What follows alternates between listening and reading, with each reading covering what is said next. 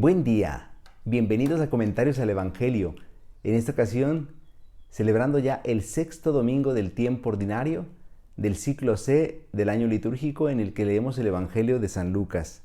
En esta ocasión escucharemos un trozo del capítulo 6, versículos 17, 20 al 26. El texto dice lo siguiente: En aquel tiempo Jesús descendió del monte con sus discípulos y sus apóstoles y se detuvo en un llano. Allí se encontraba mucha gente que había venido tanto de Judea y de Jerusalén como de la costa de Tiro y de Sidón. Mirando entonces a sus discípulos, Jesús les dijo: Dichosos ustedes los pobres, porque de ustedes es el reino de Dios. Dichosos ustedes los que ahora tienen hambre, porque serán saciados. Dichosos ustedes los que lloran ahora, porque al fin reirán. Dichosos serán ustedes cuando los hombres los aborrezcan y los expulsen de entre ellos, y cuando los insulten y maldigan por causa del Hijo del Hombre. Alégrense ese día y salten de gozo, porque su recompensa será grande en el cielo, pues así trataron sus padres a los profetas. Pero ay de ustedes los ricos, porque ya tienen ahora su consuelo.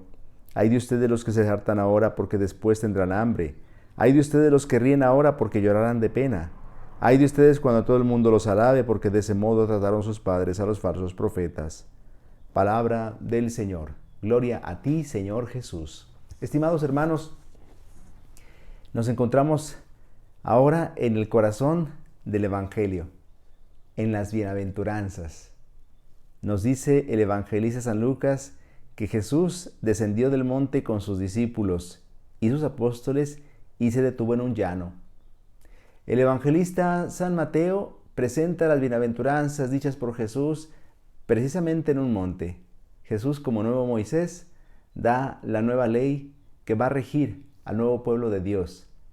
Pero el evangelista San Lucas nos dice que esto sucedió más bien cuando Jesús descendió del monte. Y eso sucedió en una llanura, en un llano. ¿Qué quiere decir eso? Ya esta sola indicación geográfica significa que las bienaventuranzas que Jesús pronuncia son para todos. Hay que recordar que el Evangelio de San Lucas fue escrito para griegos, es decir, fue escrito para paganos. Por tanto, mientras que el evangelista Mateo dirige su evangelio a judíos y por tanto le importa poner a Jesús en el monte de las bienaventuranzas, desde donde Jesús pronuncia estas palabras, el evangelista San Lucas quiere ponerlo en una llanura, es decir, al alcance de todos, para decir que esta es la nueva ley del nuevo pueblo de Dios, el nuevo pueblo de Dios que es la iglesia universal, la iglesia que alcanza a todos los hombres, a la que pueden pertenecer todos los hombres. Y nos dice luego el Evangelio: allí se encontraba mucha gente que había venido tanto de Judea y de Jerusalén como de la costa de Tiro y de Sidón. Precisamente esta convocación de la que habla el evangelista San Lucas habla de la universalidad de la salvación y de la universalidad del mensaje de Jesús. Es decir, las bienaventuranzas son para todos. Por eso se han convocado tanto de Judea y de Jerusalén, es decir, los judíos, como de la costa de Tiro y de Sidón, es decir, los paganos. Porque la costa de Tiro y de Sidón equivaldría a lo que hoy es el actual Líbano, la antigua Fenicia, y por tanto tierra de paganos. Jesús aglutina así a los pueblos de toda la tierra y para ellos dirige este mensaje. Luego nos dice el Evangelio de San Lucas que Jesús pronuncia 4 bienaventuranzas y 4 ayes. El Evangelio de San Mateo nos presenta 8 bienaventuranzas, mientras que el Evangelio de San Lucas nos presenta 4 bienaventuranzas y luego 4 ayes, que se corresponden, como podemos ver. Nos dice el Evangelio de San Lucas que escuchamos hoy: Dichosos ustedes los pobres. Esto le dijo Jesús a sus discípulos, porque de ustedes es el reino de Dios. ¿De qué está hablando Jesús? Parecería que Jesús está canonizando la pobreza. Está Jesús subrayando que es una dicha abrazar la pobreza por el reino de los cielos. La pobreza como un estado de vida, como una forma de comprender el reino. Es decir, no se trata de la pobreza simplemente material, sino de la pobreza por la que uno opta. Es la pobreza que uno entiende como consecuencia de haber asumido los valores del reino. Y notemos la contraposición, porque luego dirá, pero hay de ustedes los ricos porque ya tienen ahora su consuelo. Precisamente la contraposición de esta bienaventuranza es este ay. Recordemos que estos ayes son como un lamento fúnebre, son como una advertencia. Jesús no amenaza, son como una advertencia para quien se ha dejado seducir por las riquezas y por tanto, entonces ya no confía en Dios, confía en sus riquezas.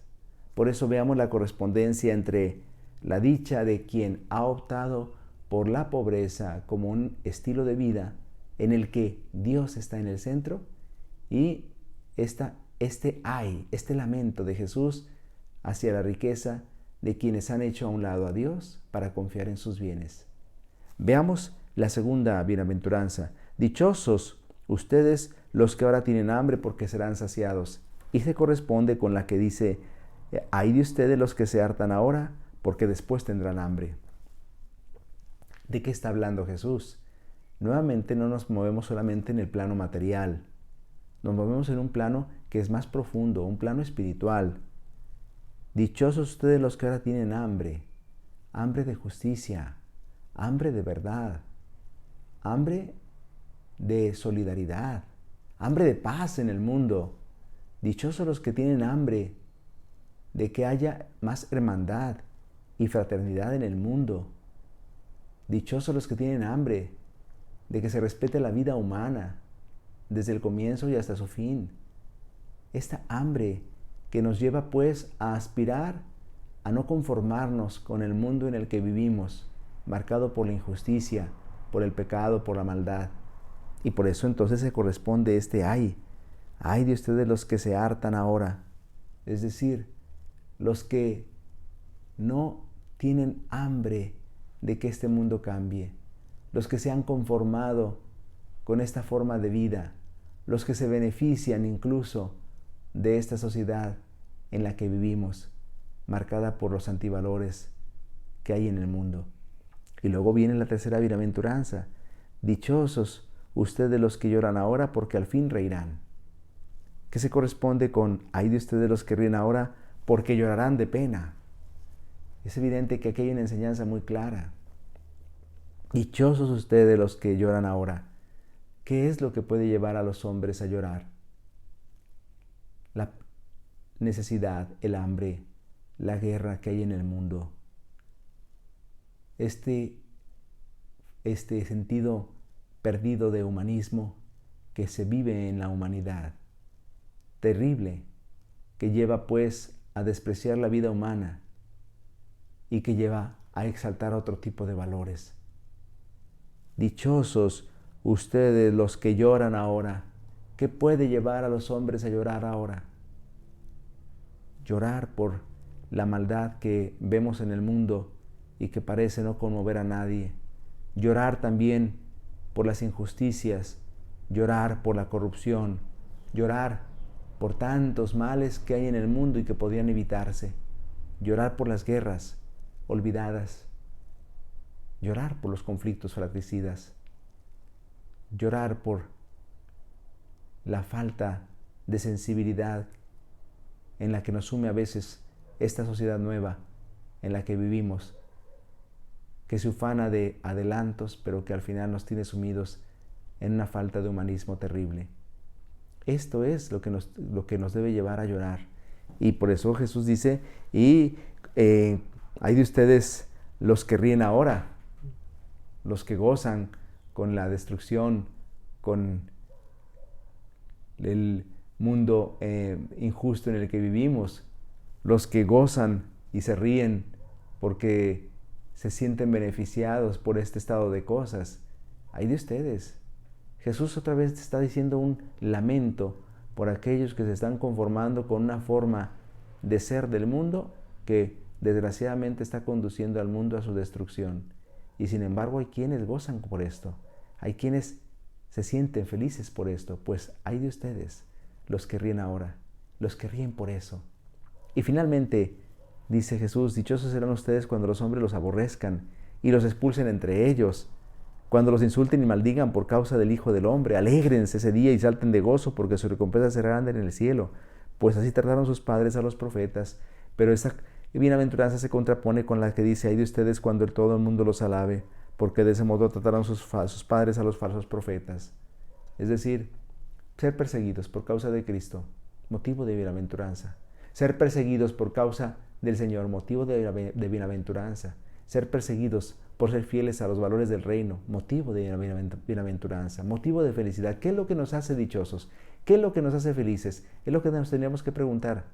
Desgraciadamente, a veces hoy, en ese tiempo, ponemos nuestra felicidad en los bienes materiales, en nuestra cuenta bancaria, en nuestros viajes al extranjero, en nuestros títulos universitarios, en nuestra casa nueva, en nuestro auto último modelo a la puerta, en nuestro celular más reciente. ¿En qué ponemos nuestra felicidad?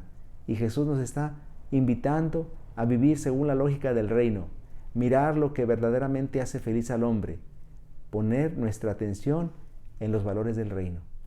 Les invito a que nos dejemos interpelar por esta palabra del Señor, que nos invita a vivir según la lógica del reino y no según la lógica del mundo. El Señor esté con ustedes.